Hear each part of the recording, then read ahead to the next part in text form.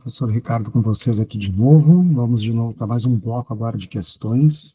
Hoje eu trouxe um processo seletivo da Banca Fundatec com um pouco mais de questões específicas aí para professor de educação física, mais focado em séries finais, certo? Que foi o que eles utilizaram no último concurso público de 2023 para o município de Espumoso, certo? Então, vamos lá, vamos dar prosseguimento nos nossos estudos aí, certo? Vamos lá. Aqui o nosso concurso público de 2023, na Prefeitura de Espumoso, para professor de séries finais em Educação Física. Certo, galera? Vamos começando lá, então, com a nossa questãozinha de número 31, que diz assim: de acordo com a Base Nacional Comum Curricular, nossa BNCC, certo? Cada uma das práticas corporais tematizadas compõe uma unidade temática. Então, aqui, ó, estamos falando de BNCC, mais uma vez, né, galera? Conteúdo obrigatório de estudo para a nossa área, e agora falando de unidade temática.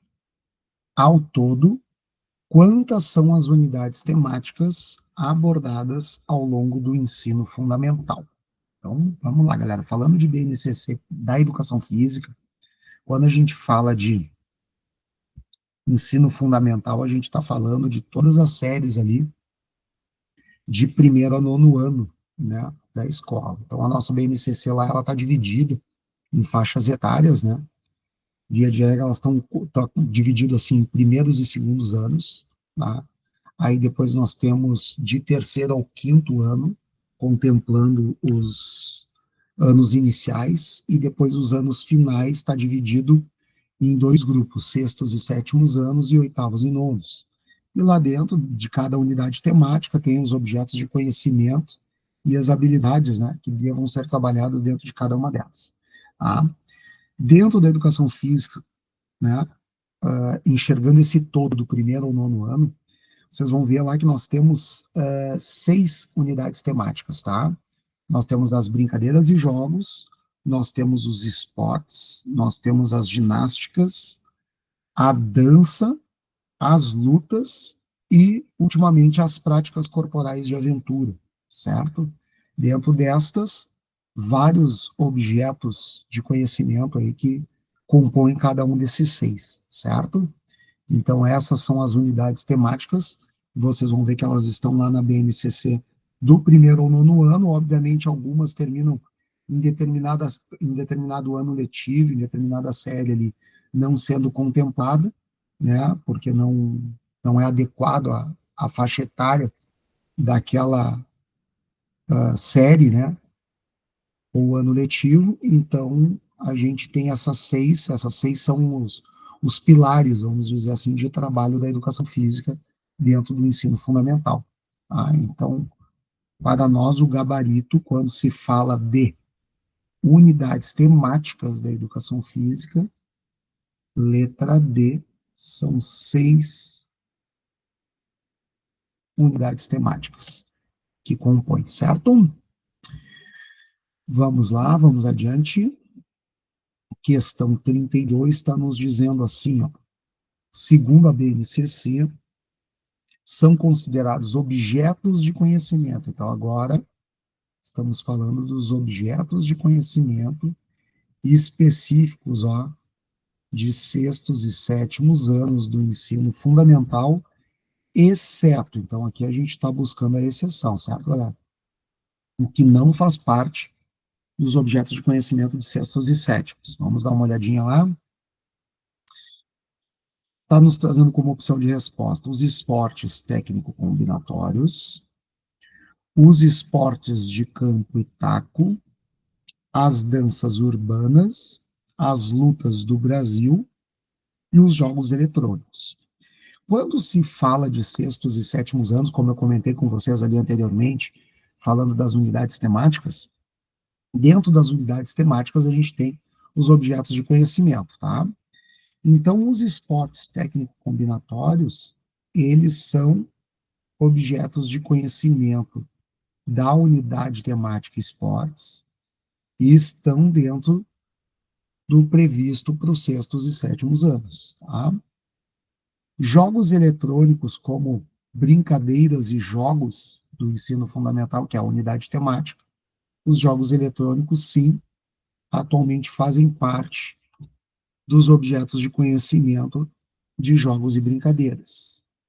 Lutas do Brasil, de fato, fazem parte também dos objetos de conhecimento da unidade temática lutas.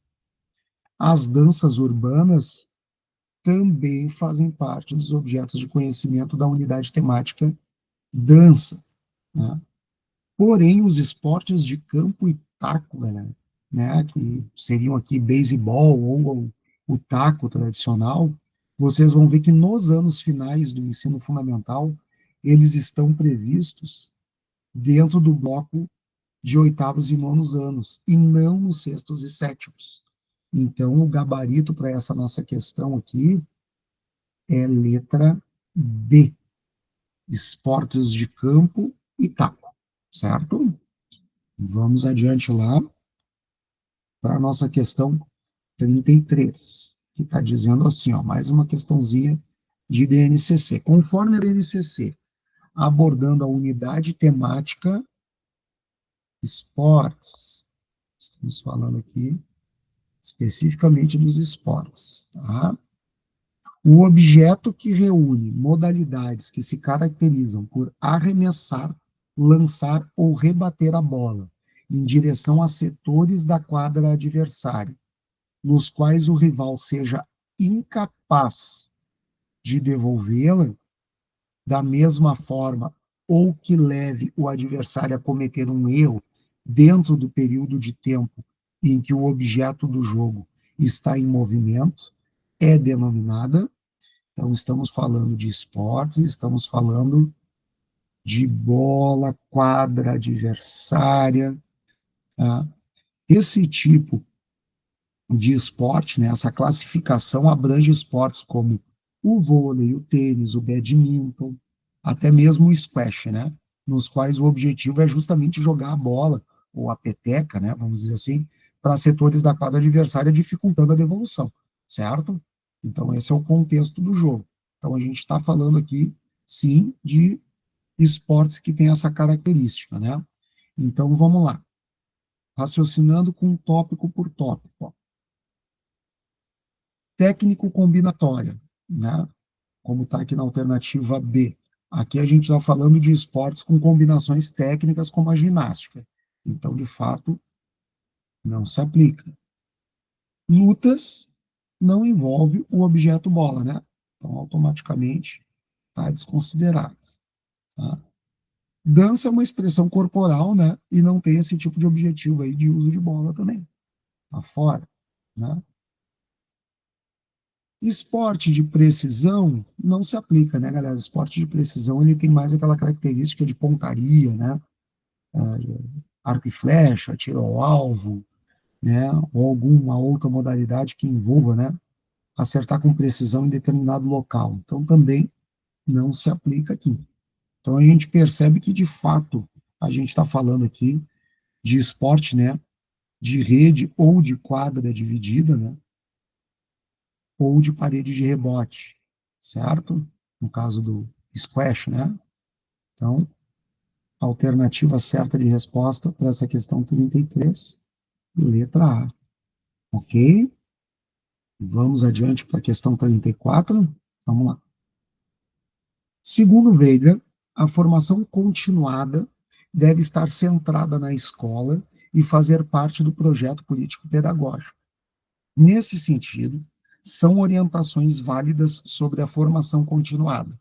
Então, está nos trazendo 4 assertivas aqui que a gente precisa considerar as orientações válidas, né, galera? Então, vamos lá. Olhando cada uma delas, diz assim: ó, a formação continuada dos profissionais da escola, compromissada com a construção do PPP, deve limitar-se tão somente aos conteúdos curriculares dicotômicos. Tá? Aqui ele está dizendo, ó, limitar-se, que é uma expressão que requer nossa atenção, né, galera? toda vez que tem algum fator limitante, 99% de chance de estar errado, tá? Porque a gente sabe que quando está falando de educação, a gente está falando de tudo é relativo, né? Então, essa coisa de limitar é uma coisa que quase não se aplica mais ao princípio educativo, né?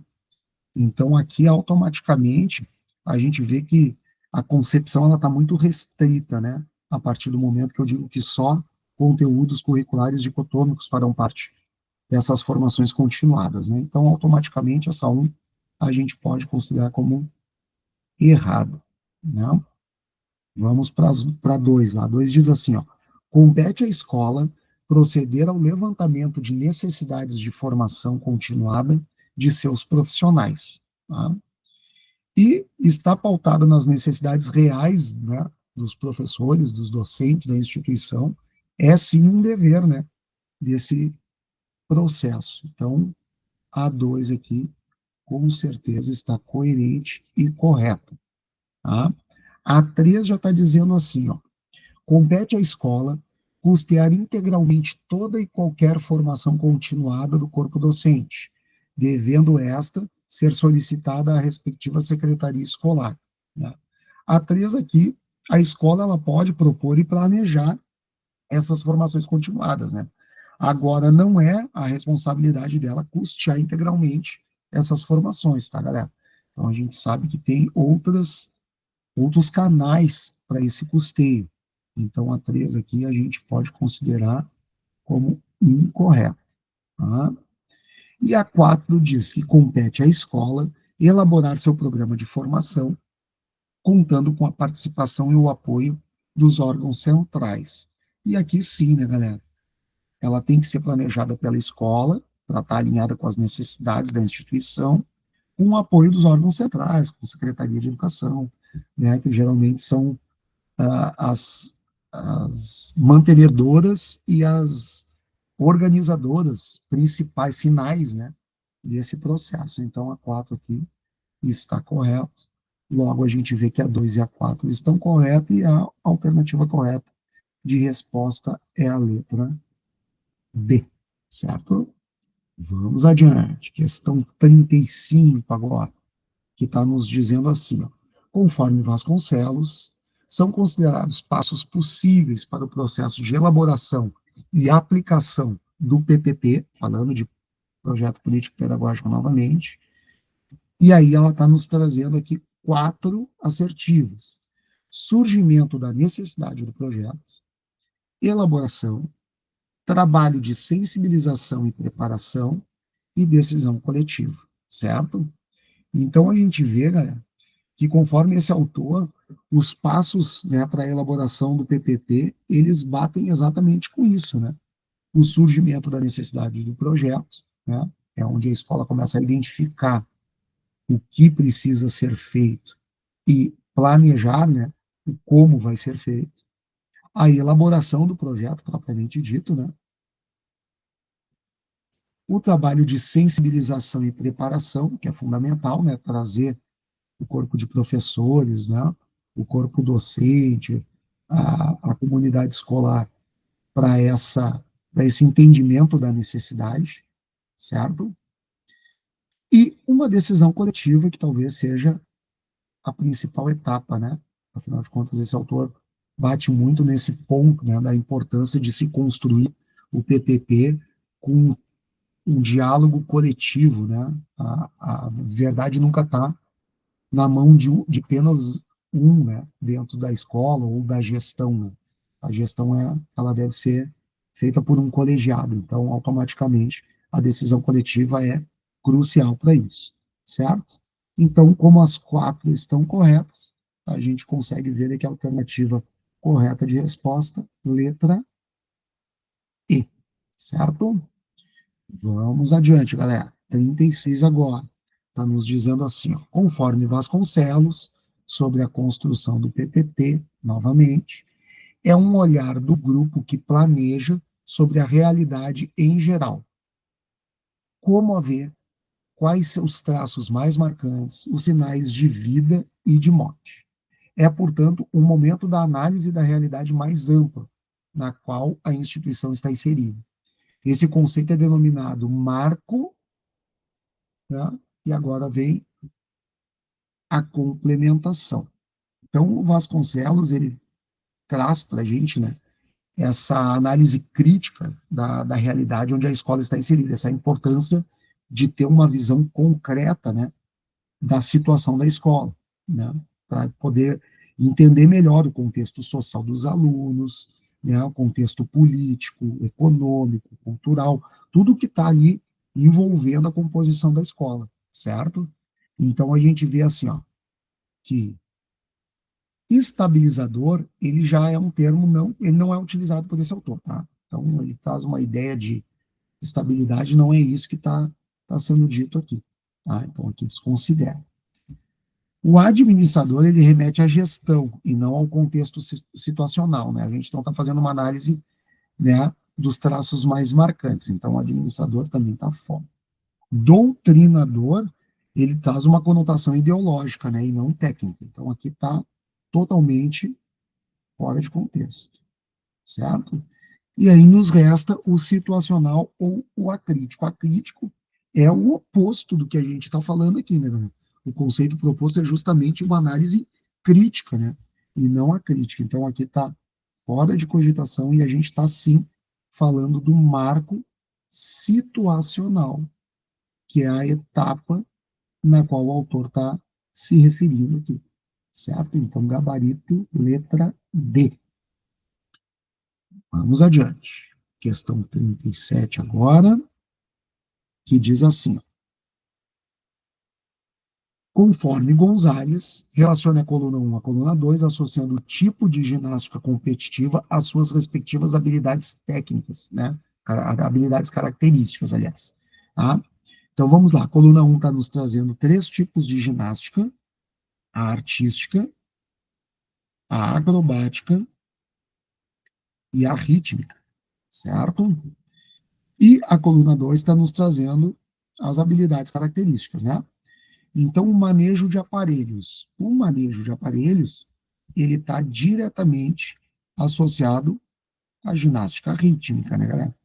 Falando daquele uso das massas, da bola, do arco, da corda, né? Todos aqueles da fita, né? Que caracteriza esse tipo de ginástica. Elementos de solo, né? Elementos de solo, eles já têm correlação aí com a ginástica artística, né? Número um. Quando eu falo de pegas, aí pegas já nem.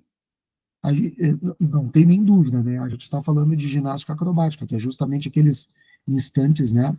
De fazer o de segurar o companheiro, né? Para alguma demonstração de alguma técnica coletiva ou em duplas. Então aqui a gente está falando de ginástica acrobática, que usa tanto as pegas quanto as quedas, né, galera? Que também envolvem essas acrobacias. Aqui também número 2. Logo, a gente vê aqui o que preenche corretamente de cima para baixo é a alternativa A. 3, 1, 2, 2. Perfeito. Ok, vamos adiante. A 38 está nos trazendo assim, né? Em relação apenas ao que tange a movimentação rasteira na capoeira, né? Então a gente está falando aquela movimentação mais próxima do solo. Segundo Gonzalez, analise as assertivas abaixo, V para verdadeiras, F para falsas. Vamos lá. Aí está trazendo três técnicas específicas aqui: a negativa, a voadora e a estrelinha, né? Na verdade, quando a gente fala de capoeira, está falando do AU, né? Não é bem a estrelinha, mas como é popularmente conhecida a estrelinha, a gente utiliza essa nomenclatura. Então, aqui, a estrelinha, a gente está falando de um movimento acrobático, né? Ele é em pé, é invertido, mas não é rasteiro, né? Então, aqui, certamente, falso, tá, galera? Voadora, como o próprio nome está dizendo, né? Ele é aéreo e não rasteiro. Então, também é falso. A negativa, sim, né? A negativa é um movimento tradicionalmente aplicado como uma esquiva na capoeira, né? E a gente faz ele próximo ao solo, então, de fato, é verdadeiro. Então, a ordem correta para o preenchimento, verdadeiro, falso, falso, letra C. Ok? Vamos adiante. 39 agora. A 39 está nos trazendo assim. São consideradas movimentações básicas no futsal em relação ao percurso, segundo Voser, tá? Um autor aí bastante tradicional dentro do assunto futsal. Tive a possibilidade de fazer algumas aulas com ele em Porto Alegre, é um profundo conhecedor do esporte, e ele está trazendo aqui algumas expressões utilizadas, né, acerca dessas movimentações: oblíqua, curvilínea, diagonal e paralela. Quando a gente estuda esse autor, galera, e principalmente quem joga futsal e já praticou futsal em algum momento, só vão ver que essas expressões como oblíqua, né, e curvilínea não são nomenclaturas ou expressões utilizadas dentro desse esporte, tá? Então, o oblíquo está fora de cogitação e o curvilínea também. Agora, as expressões diagonal e paralela, quem já jogou bola aí sabe, né? São muito utilizadas dentro do contexto do futsal, né? Principalmente para se referir a essas questões de percurso, tanto do jogador quanto da bola, né? Então, de fato, a alternativa correta está no 13.4, letra D. Beleza? Vamos adiante. Questão 40 agora, que nos traz assim, ó, sobre a marcação no futsal, segundo Voza, o mesmo autor. Tá? Só que agora a gente não está falando de percurso, está falando de marcação. Tá? São considerados os seguintes itens importantes em sua composição. E aí vem 4 assertivas lá também. Tá? Aproximação, abordagem, antecipação e pegada ou empunhadura, certo? Dentro da prática do futsal, a gente sabe sim que a expressão aproximação tem muito a ver com a marcação, né? Sim, né? A gente utiliza bastante essa expressão para se referir à marcação. A abordagem também procede e antecipação também procede. São 3 expressões bastante utilizadas dentro desse esporte. Porém, pegada ou empunhadura não é um termo usado para isso, né? É uma coisa usada mais para outras modalidades esportivas, não para o futsal em específico, né? Então, pegada ou empunhadura, tá errado. Logo, alternativas 1, 2 e 3, correto. Letra D é o nosso gabarito. Certo, galera? Vamos adiante, questão 41, que está nos trazendo assim, ó. Segundo tem Roller, um conjunto de ações e instrumentos que permitam um diagnóstico de ensino e aprendizagem que facilita ao professor a aprimorar suas ações e ao aluno a conscientização da sua aprendizagem, é denominado. Então vamos lá dar uma olhadinha. Ó, a gente está falando um conjunto de ações em instrumentos que permite um diagnóstico de ensino, facilita o professor a aprimorar as suas ações e o aluno ter conscientização da aprendizagem. O que que a gente está falando aqui, galera? A gente está falando especificamente do quê? Currículo? Certamente não, né? Aqui, currículo não tem a ver como um conjunto de ação, né, em instrumentos, né? Epistemologia, aqui a gente está falando de um campo de conhecimento, não de uma ferramenta pedagógica, né? Então tá hora de cogitação também. Ok? Metodologia trata das estratégias de ensino, né? E não do diagnóstico. Então aqui também está fora. Conteúdo é o elemento do currículo, né? Então tá fora de cogitação também, né?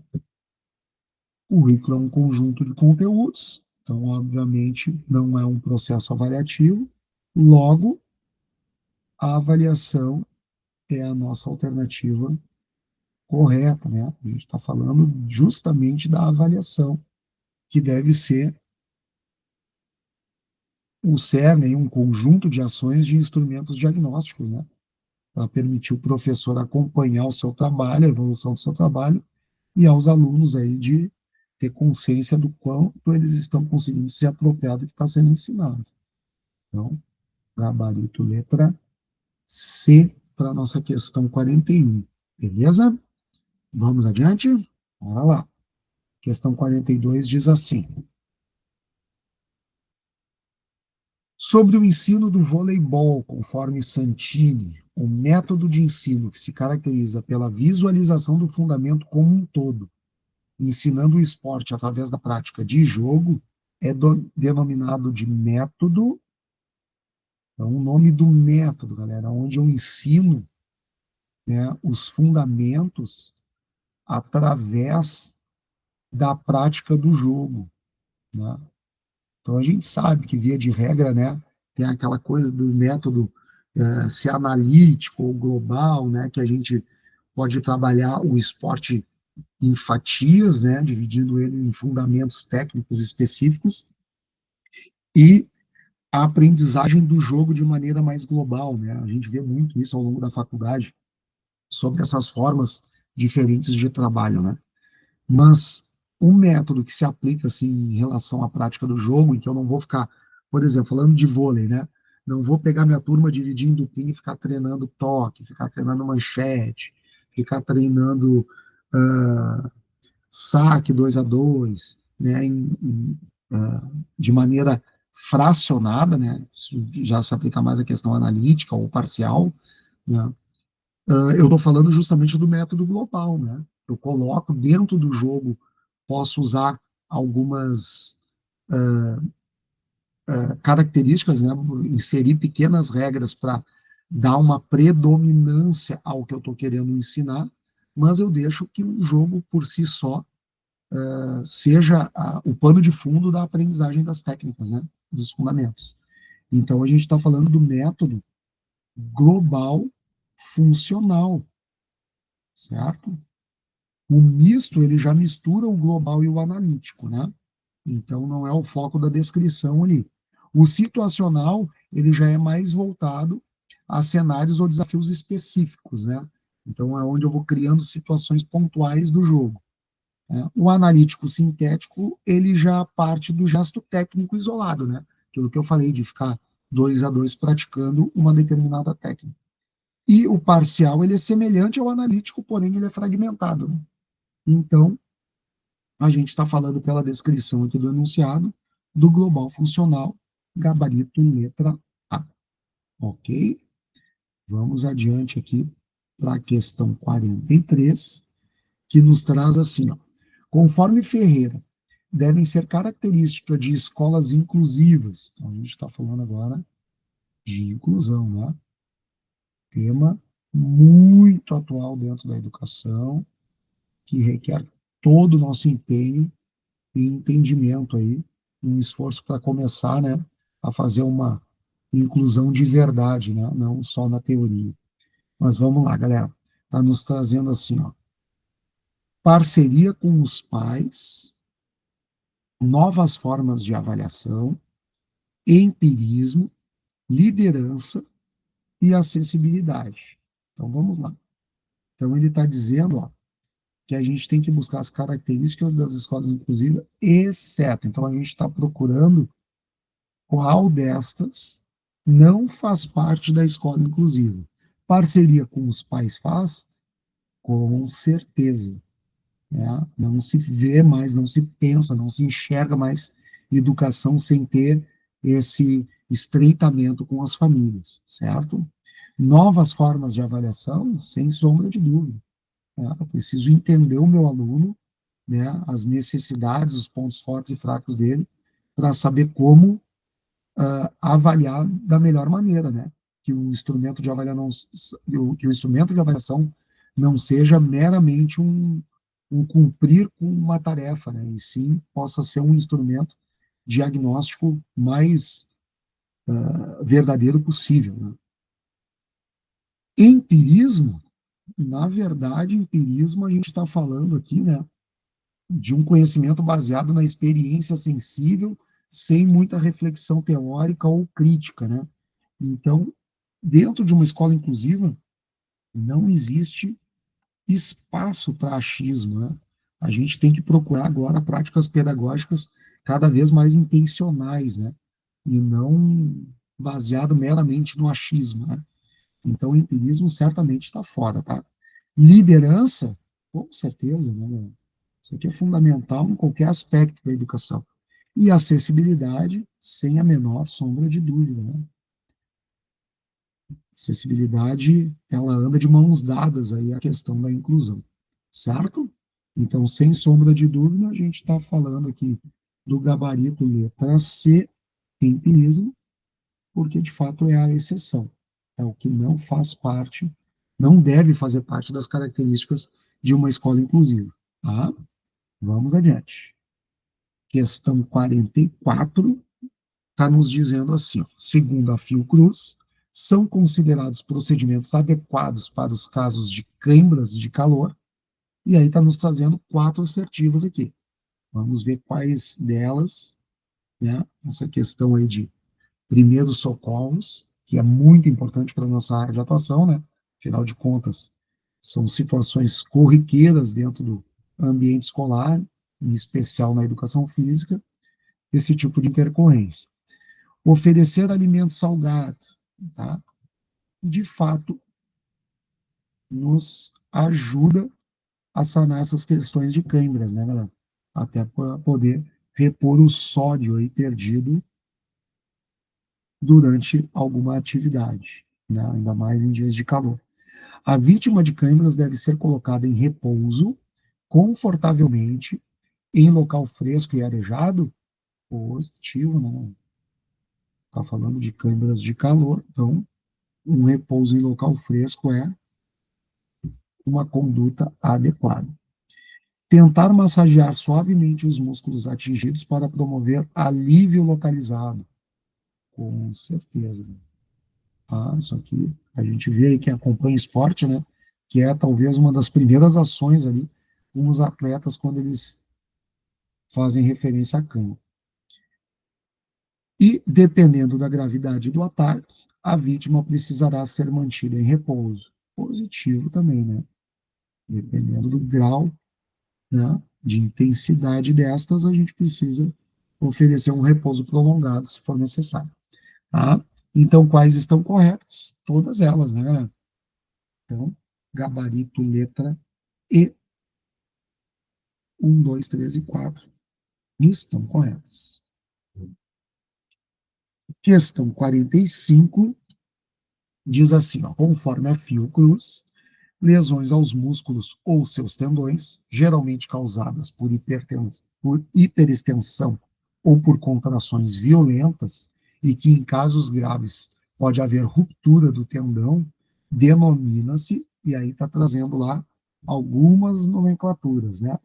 Escoriações, distensões, escamoses, hematomas e fechados, né? Então vamos lá.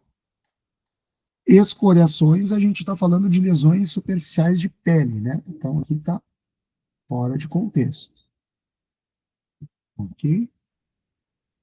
Fechados não é uma classificação anatômica de lesão, então aqui fechados está totalmente fora de contexto. Hematomas é acúmulo de sangue, não ruptura muscular, né? Pelas manchas roxas na pele, todo mundo sabe do que se trata. Não procede também. Escamoses é um termo inexistente nesse contexto, né? Então, aqui também não se aplica. Distensões, né, de fato, são lesões musculares que ocorrem, né?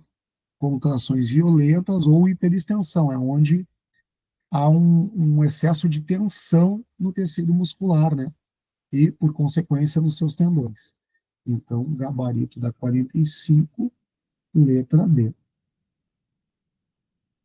Seguindo lá, galera, 46 está nos dizendo assim, ó, conforme Golan Hill, sobre estruturas de movimento em ginástica educacional, pode ser considerada a habilidade locomotora, exceto, então estamos buscando a exceção. Vamos lá, falando de habilidade locomotora. Rolamento é habilidade locomotora? Não, né? Rolamento não se aplica, né? Rolamento ele tem muito mais a ver com, apesar de ter essa questão do deslocamento, né, ele é classificado como uma habilidade não locomotora, né? Então não se aplica aqui. Vamos dar uma olhada se tem alguma outra lá. Galopar é locomoção, saltar é locomoção, caminhar é locomoção e correr é locomoção, né? Então, a única que está no regime de exceção, de fato, letra A, rolamento, né? É o nosso gabarito aí para questão 46. Seguindo lá, 47 diz que, em relação aos estágios de desenvolvimento motor, questão aí que se repete bastante na Fundatec, pessoal. Então, tem que estar sabendo isso aí. Apenas da fase motora fundamental, conforme Golan Hill. Analise as assertivas abaixo e assinale V para verdadeiro e F para falso. Tá? Vamos dar uma olhada lá. Ali nós temos, quando a gente está falando de estágios do desenvolvimento motor, em especial deste autor, a gente está falando de estágio elementar, faz parte sim, verdadeiro. Estágio maduro faz parte sim. E nós temos também um outro estágio que se chama estágio inicial, tá? Que não está aqui, mas esse estágio de mutação, ele não existe, certo? Então, esse autor não faz uso desse tipo de nomenclatura, tá? Então, automaticamente, verdadeiro para as duas primeiras e F para a última, gabarito letra E, certo, galera? Vamos adiante lá. Questão 48 agora, que diz assim, ó, em fisiologia, débito cardíaco pode ser definido como o volume de sangue bombeado por minuto. Os fatores que influenciam o débito cardíaco são a lacuna a ser preenchida, né? Que é a quantidade de batimentos por minuto, BPM, que nosso coração realiza por minuto, certo? Então, aqui a gente está falando o quê?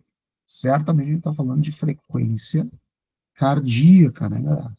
Então, já vou colocar aqui, ó, isso aqui já está nos dando uma boa pista da resolução da questão. Que a gente está falando de frequência cardíaca, né, que é a quantidade de batimentos por minuto, certo? E lacuna a ser preenchida, que é o volume de sangue ejetado pelo ventrículo esquerdo. Tá? O volume de sangue ejetado pelo coração, a gente chama, né, de volume de ejeção ou de fração de ejeção, né? Então, aqui eu estou falando sobre volume de ejeção, que é o quanto que o meu coração é capaz de ejetar de sangue, certo? Então, automaticamente, o que preenche correta e respectivamente as lacunas do trecho acima. Vamos atrás de frequência cardíaca, ó, já descarta as três primeiras, ó, não é pressão arterial, é frequência cardíaca. Aí, ó, seguindo aquilo que eu já falei sobre a banca, ó, o Gatec trabalha muito com isso. Sempre vão ter dentro das opções de respostas duas que trazem quase que o gabarito, então requer um pouquinho de atenção lá. Só que a outra está falando sobre volume de linfóides, que não procede, a gente está falando de volume de ejeção, né? Então, logo, o gabarito é D, frequência cardíaca e volume de ejeção, certo? Vamos para 49. A 49 nos diz assim: sobre um determinado protocolo de velocidade do consumo de oxigênio máximo, segundo o Alegrete, o qual não utiliza cargas elevadas e inclinação, sendo considerado um protocolo seguro para ser realizado por indivíduos treinados ou sedentários. Vou destacar aqui: população jovem ou idosa. Além disso, o protocolo é realizado em bicicleta ergométrica, tornando-o bem seguro e fácil de ser aplicado fora do espaço laboratorial.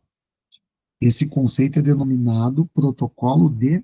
Então, a questão está nos perguntando aqui um protocolo específico para aferir o VO2 máximo de indivíduos, sendo que ele é de fácil aplicação, porque a gente pode aplicar tanto em indivíduos treinados quanto sedentários, de jovens a idosos, né? Então, é um protocolo mais abrangente. O que a gente vê aqui, ó, dentro das opções de resposta: Astland, Cooper, Montreal, Nagoya e Manchester, ou Manchester, né? Esses três últimos, Montreal, Nagoya e Manchester, são protocolos não diretamente associados ao VO2 máximo, tá? Ou submáximos em bicicleta ergométrica, né? Então, são testes para outros tipos de coisas feitos com outros objetivos. Os dois primeiros, de fato, são protocolos utilizados para aferição de VO2 máximo. O teste de Cooper, ele é mais conhecido, né? Um teste mais popular, mais amplamente aplicado, né? Mas aqui a gente está falando de um teste que é feito através de corrida, né? E não de bicicleta ergométrica, o que automaticamente invalida essa alternativa. Então, a gente está, sim, falando do protocolo de Astland, tá? Que é um teste submáximo realizado em bicicleta ergométrica, com foco em estimar o VO2 máximo, né? E ele é bastante seguro, ele é bastante utilizado por conta disso, né? Não exige carga de inclinação, então é muito mais tranquilo de aplicar, independente do tipo de condição física que a pessoa testada está apresentando, ok? Então, gabarito para nós, letra A, Astland. E para fechar o nosso bloco, né, galera? Questão de número 50, está dizendo assim, ó: conforme Alegretti, sobre regulação da temperatura corporal, são formas de perder calor, exceto, ó, está me pedindo, está me apresentando formas de perder calor e está me pedindo qual delas não é uma dessas formas, tá? E está trazendo como opção irradiação, convecção, desidrose, condução e evaporação. Irradiação, sem sombra de dúvida, né, pessoal? Irradiação faz perder calor. Convecção, muito comum em dias de vento, né? Também faz perder calor. Evaporação, tá aí o nosso suor que não deixa mentir, existe para perder calor, diminuir calor, certo? Condução também, né? A condução nos faz perder calor. Desidrose, galera, aqui a gente está falando de uma condição dermatológica, né? Tá? São aquelas bolhas que dão nas mãos, nos pés, e não uma forma de perda de calor, né? Então, desidrose, sem sombra de dúvida, é a nossa exceção e está fora. Logo, é o gabarito dessa nossa questão, letra C. Ok, galera? Com isso, a gente fecha mais um bloco aqui dessas 20 questões que fizeram parte desse processo seletivo do, da Prefeitura de Espumoso, aqui no estado, né, trazendo bastante questões com foco em anos finais, né, professores de anos finais. Termina sendo uma prova um pouco mais densa no número de questões, né, mas também nos permite aí aprofundar os estudos e melhorar o nosso entendimento aí das diversas nuances aí, né, que caem nos processos seletivos de educação física. Espero ter ajudado vocês com essa execução, com essa resolução de questões aí, e dentro em breve poder estar com vocês aí para mais algumas questões da banca aí, para estar trazendo vocês cada vez mais para perto aí de uma aprovação em algum processo seletivo futuro, certo? Um forte abraço e até mais.